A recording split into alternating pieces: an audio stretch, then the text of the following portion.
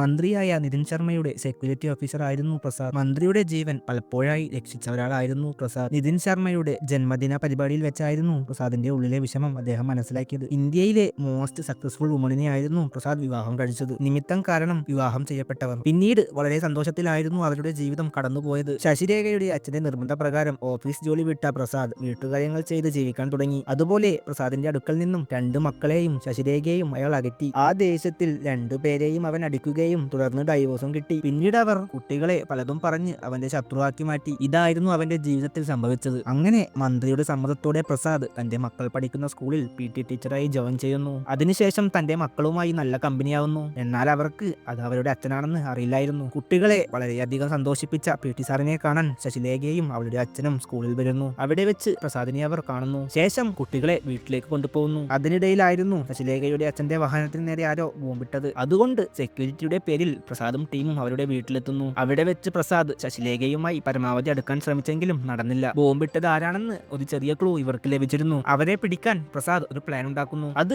വിജയിക്കുന്നു. അങ്ങനെ ഒരുവനെ അറസ്റ്റ് ചെയ്ത് ചോദ്യം ചെയ്യുന്നു. അപ്പോഴായിരുന്നു അവരുടെ ലക്ഷ്യം ശശിലേഖയും കുട്ടികളുമാണെന്ന് മനസ്സിലായത്. ഒരു പെണ്ണിനെ പീഡിപ്പിച്ചു കൊന്ന തന്റെ അനിയനെ രക്ഷിച്ചു കൊണ്ടുപോകുന്ന ചേട്ടൻ. അവരുടെ വണ്ടി ഓഫായതുകൊണ്ട് ലിഫ്റ്റിന് വേണ്ടി ശശിലേഖയുടെ കാറിൽ കയറുന്നു. കുറ്റവാളികളാണെന്ന് മനസ്സിലാക്കിയ അവരെ ഇവർ പോലീസിൽ ഏൽപ്പിക്കുന്നു. ശേഷം ആ കുറ്റവാളിയെ പോലീസുകാർ വെടിവെച്ച് കൊല്ലുന്നു. ഇതിന്റെ പക തീർക്കാനായിരുന്നു ചേട്ടനായ അവന്റെ വരവ്. വീട്ടിൽ കയറി തന്റെ ഭാര്യയെയും മക്കളെയും കൊല്ലാൻ ശ്രമിച്ച അയാളെ പ്രസാദ് കൊല്ലുന്നു. പിന്നീട് വീണ്ടും പ്രസാദും ശശിലേഖയും ഒന്നിക്കുന്നു.